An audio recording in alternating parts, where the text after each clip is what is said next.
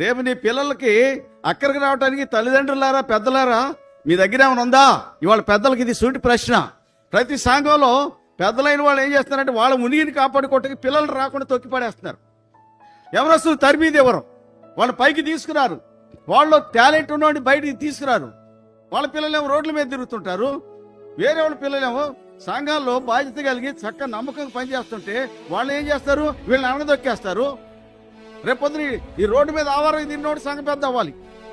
ఈ చెత్త అలవాట్లోనే, చెత్త ఆలోచనలోనే ఈ నేటి దినాల్లో సంఘాల్లో పెద్దల్లో.